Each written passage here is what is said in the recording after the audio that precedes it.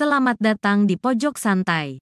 Sebelum Anda mendengarkan audiobook ini, kami menginformasikan bahwa channel ini adalah review audio dari buku yang ada di Indonesia. Untuk membaca keseluruhan buku ini kami menyarankan membeli buku aslinya di toko buku kesayangan Anda, baik offline maupun online. Keberadaan channel ini dimaksudkan untuk membantu Anda mendapatkan pengetahuan dari buku-buku kesayangan Anda. Jangan lupa untuk subscribe, like, dan komen. Selamat datang di Pojok Santai, channel khusus yang membahas komik dan novel dengan cara asik.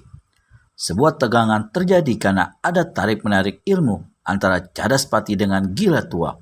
Siapakah yang akan menang? Yuk cari tahu jawabannya di video berikut ini.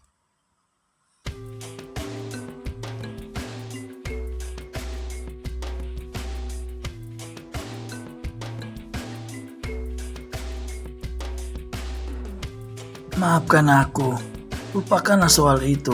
Sekarang, bukalah selubung kematianmu itu.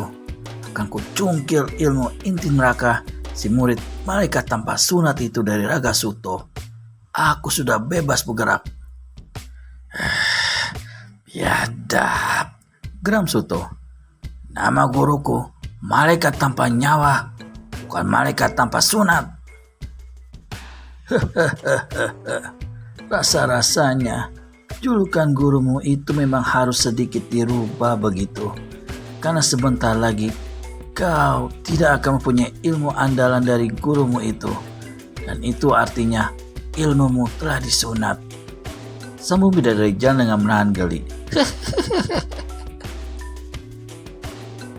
Jadi memang pantas kau berjuluk murid terkasih malaikat tanpa sunat. Akhirnya Bidadari Jalang tertawa juga. Ia lupa pada kedongkolannya. Wajah Suto yang mewakili wajah murid malaikat tanpa nyawa itu kelihatan semakin gusar. Ada perasaan cemas yang lebih kuat lagi dan kian lama membuatnya kian terengah-engah. Nawang, lekas buka selubung kematian itu sebelum membahayakan Raga Suto. Tunggu dulu, seru Suto dengan suara mirip Cadaspati. Aku mempunyai suatu gagasan yang baik. Bidadari Jalang hanya mencibir sinis. Aku akan mengabdi kepada kalian selamanya, asal kalian membebaskan aku dari selubung kematian ini. Aku rela jadi abdi kalian dan menurut dengan perintah kalian. Gila Tuak juga ikut mencibir. Lalu katanya lagi, mana ada seekor kuda menuntut pakaian? Mana ada hati durjana mengenal perdamaian. Tipu muslihatmu sudah tak laku Cadaspati. Sekali jahat, tak mampu lagi orang terjerat. Janjimu itu ibarat asap kemenyan yang menyebarkan bau mewangian tanpa sesajian. Aku dan adik seperguruanku ini tidak punya pilihan lain. Hei, aku bicara dengan sungguh-sungguh. Aku mengakui keunggulan ilmu kalian, pujuk Cadaspati. Terima kasih atas pengakuanmu, kata Gila Tuak. Sayang, pengakuan itu terlambat datangnya karena aku sudah punya keputusan yang tak bisa diganggu gugat lagi.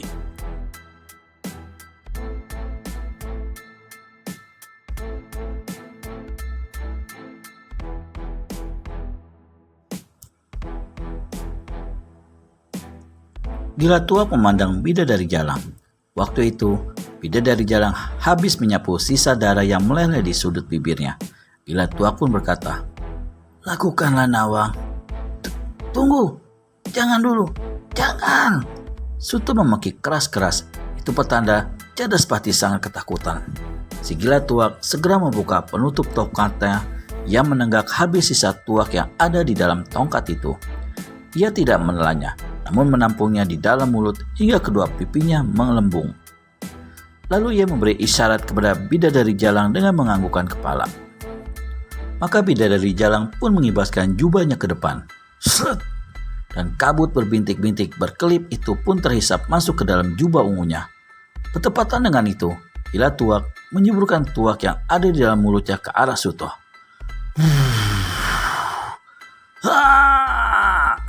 Kepala Suto terdongak, tubuh pun tegak. Keras seluruh uratnya, menyeringai wajah bocah itu. Dari pertengahan kedua matanya, tepat di bawah dahi, keluar cahaya berwarna kekuning-kuningan agak putih.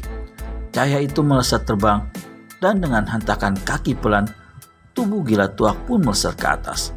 Bersalto di udara sambil menggerakkan tongkat yang terbuka tutupnya itu. Tiba-tiba, cahaya kuning yang 3 kali lebih besar dari kunang-kunang itu tersedot ke dalam tabung tongkat. Cahaya itu mulanya ingin berusaha lolos pergi, tetapi daya hisap dari mulut tabung tongkat begitu kuat. Maka cahaya kuning tipis itu tersedot masuk dan gila tuak segera menutupnya. Trup! Kekuatan ilmu inti neraka yang suka didapat itu terperangkap masuk di dalam tabung tongkat. Kini keadaan Suto kembali normal, menjadi dirinya sebagai bocah berusia 8 tahun yang tidak memiliki pusar. Dulu, ketika ia lahir, ia memang mempunyai tali pusar. Namun setelah tali pusar itu diputus, makin lama lubang itu menciut.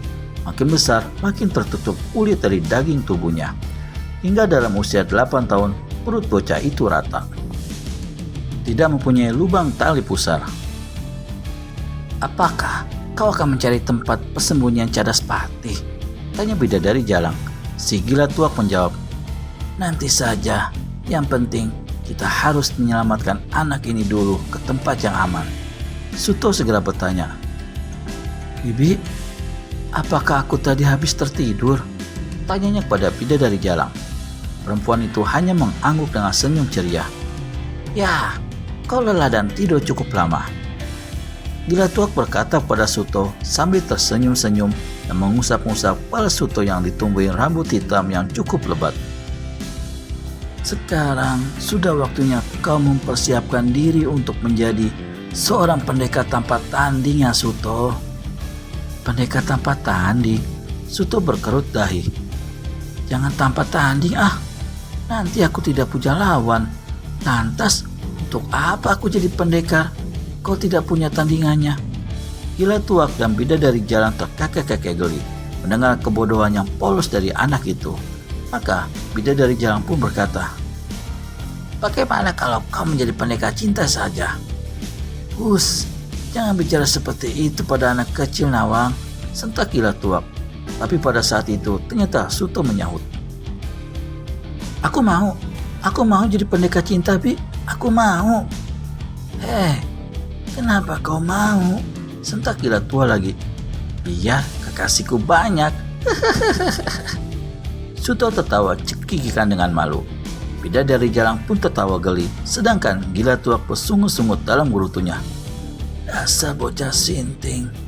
Gila tuak dan bidadari Jalang, dua tokoh sakti di rimba persilatan yang namanya cukup menggetarkan jiwa setiap orang itu, kini siap menggembleng Suto.